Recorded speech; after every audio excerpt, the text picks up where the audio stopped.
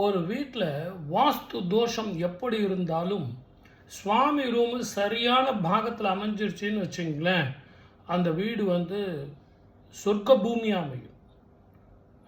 வாஸ்துவில் எவ்வளவு பிரச்சனை இல்லாத வாஸ்து 100% எந்த வீடுமே கிடையாது. ஒரு 80% தான் நம்ம வாஸ்து கிளியராக நம்ம பண்ண முடியும். ஒரு 20% பக்கத்து வீடு, அக்கத்து வீடு, பின் வீடு, முன் வீடு, ரோடு இதையெல்லாம் வச்சு பார்க்கும்போது ஒரு 20% நமக்கு அடிப்படத்தான் செய்யும்.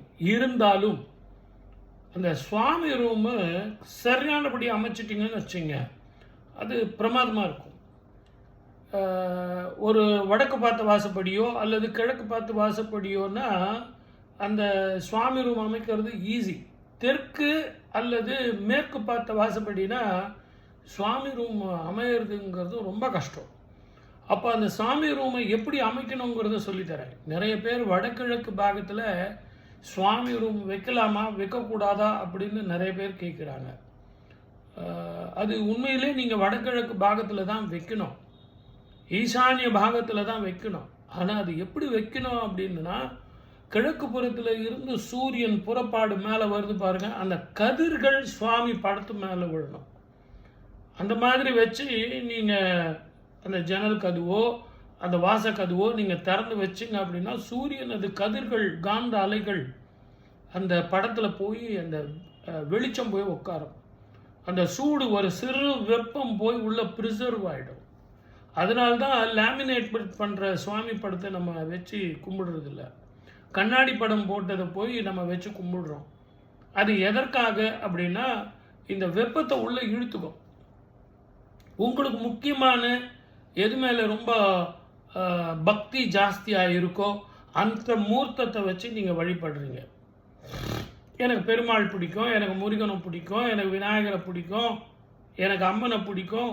உங்களுக்கு கான்சன்ட்ரேஷன் எப்படியெல்லாம் மனசு ஒருமுகப்படுத்த முடியுமோ அதற்கு தகுந்த மாதிரி தான் நீங்கள் அந்த இறைவனை தேர்ந்தெடுத்து நீங்கள் சுவாமி படத்தை வச்சுக்கிறீங்க. அப்போ நீங்கள் அந்த படத்தை வச்சுக்கும் போது இந்த சூரிய ஒளி அதில் படும்போது அந்த வெப்பம் அதில் உள்வாங்கிக்குது.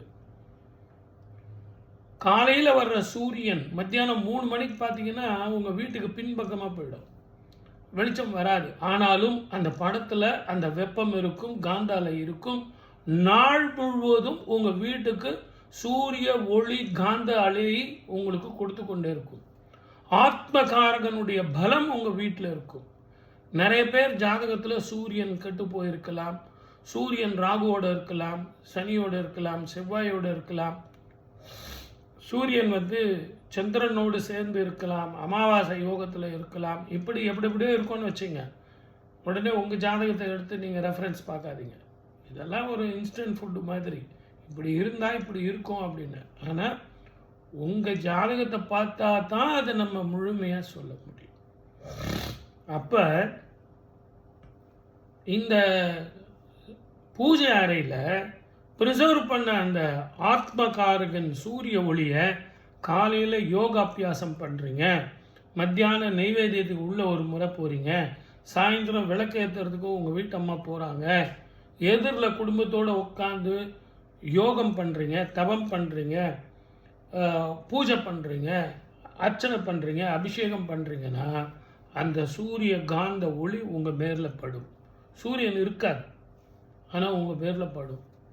அதே மாதிரி இரவில் வரக்கூடிய சந்திரனுடைய ஒளி உங்கள் வீட்டுக்குள்ளே வாங்கும். அதை வாங்கும்போது அந்த படத்தில் உள்பக்கமாக அது உள் வாங்கிக்கும் அந்த நில ஒளியை. காலையில் வாங்கினது வெப்பமாக இருக்கும், சாயந்தரம் வாங்குறது குளிர்ச்சியாக இருக்கும். இது இரண்டையும் கலந்து நமக்கு கொடுக்கக்கூடியது. அப்படிப்பட்ட ஒரு அபூர்வ கலையை சொல்கிறது தான் பூஜை அறை.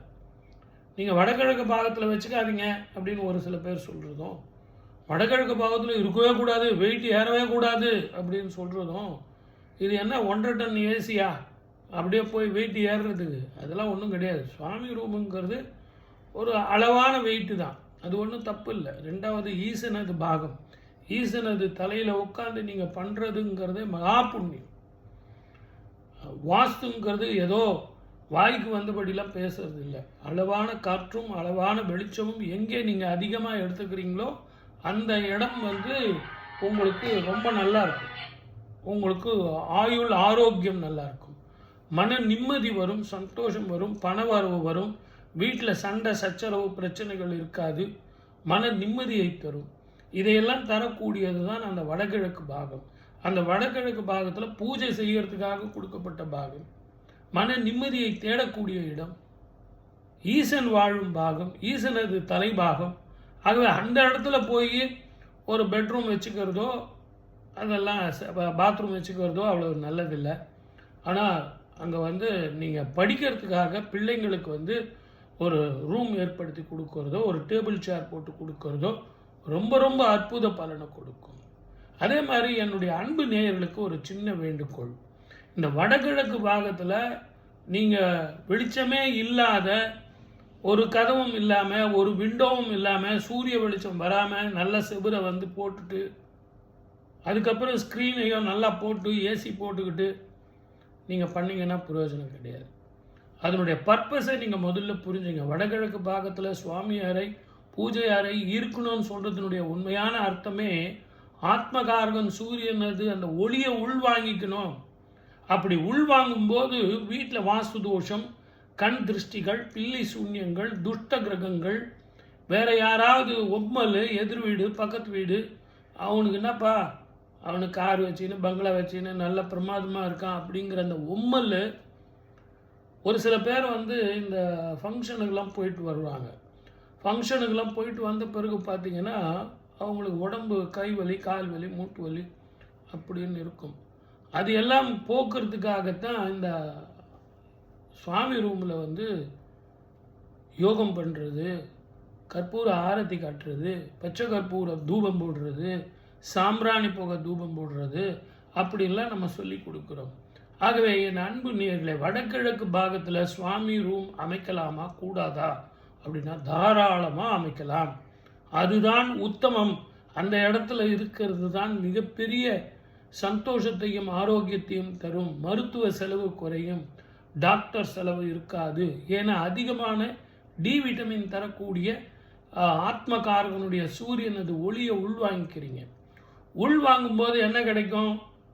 குழந்தை, சின்ன குழந்தை ப்ரீ மெச்சூராக இருந்ததுன்னா டி விட்டமின் கொடுக்கணுன்றதுக்காக காலங்காத்தால் நர்ஸ் எடுத்துன்னு போய் சூரியனில் ஒரு நிமிஷம் காமிச்சிட்டு கூட்டிகிட்டு வருவாங்க. அப்போ விஞ்ஞானத்தில் கூட அது ஒப்புக்கொள்ளப்பட்டது, ஒத்துக்கிறாங்க. அந்த டி விட்டமின் வேணும் அப்படின்னு சொல்கிறாங்க. அந்த ஒரு நிமிஷத்தில் என்ன பேட்டரியா நம்மெல்லாம் சார்ஜ் ஆகிடுவோமா என்ன? ஆனால் ஸ்கின்ல இருக்கிற இன்ஃபெக்ஷனு, மனோதைரியம், மன நிம்மதி, இந்த பிபி நார்மல் ஆகிறது, இது அத்தனையும் தருவது ஆத்மகாரகனான சூரியன். இந்த உடம்புக்கே ஆத்மா பலத்தை தரக்கூடியவன் சூரியன். அது குழந்தையாக இருந்தாலும் சரி, முதியவர்களாக இருந்தாலும் சரி. ஆகவே இந்த நிகழ்ச்சியை பார்த்துட்டு இருக்கிற அன்பு நேயர்களே, வடகிழக்கு பாகத்தில் தாராளமாக பண்ணலாம். அந்த சூரியனது ஒளியை வாங்கிக்கணுங்கிறதான் உள் ரகசியம். வாஸ்துனாலும் என்ன விளக்கம்னு கொடுத்துருக்கேன். வேற என்ன, அடுத்த நிகழ்ச்சியில் சந்திப்போம். அதுக்கு முன்னாடி சப்ஸ்கிரைப் பண்ணிட்டீங்களா? ஏன் பண்ண மாட்டேன்றீங்க? நிகழ்ச்சி பார்க்குறீங்க, உங்களுக்கு பிடிச்சிருக்கு, நண்பர்கள், உறவினர்கள் அவங்களுக்கெல்லாம் சொல்லுங்களேன். நீங்கள் பார்த்த இந்த நிகழ்ச்சியினுடைய உண்மையான விளக்கத்தை அவங்களுக்கு கேட்கட்டும். அதே மாதிரி சப்ஸ்கிரைப் பண்ண சொல்லுங்கள். நீங்களும் சப்ஸ்கிரைப் பண்ணுங்கள். ஒரு நாளைக்கு 2 வீடியோ போடுறேன். காலையில் ஒரு ஷார்ட்ஸ் போடுறேன், ஈவினிங் ஒரு வீடியோ போடுறேன். அது மட்டும் இல்லாமல் எந்தெந்த டிவியில் நான் எப்படிலாம் ப்ரோக்ராம் பண்ணுறேன் அப்படின்னு சொல்லிக்கிட்டு இருக்கேன். தந்தி டிவிலையும் நான் பண்ணுற 1 நிமிடம் ஜோதிடம் உங்களுக்கு தெரியும். ஆகவே அந்தந்த விஷயங்களை நான் அப்டேட் பண்ணுவேன். விரைவில் நான் உங்களுக்கு லைவில் வரப்போகிறேன்.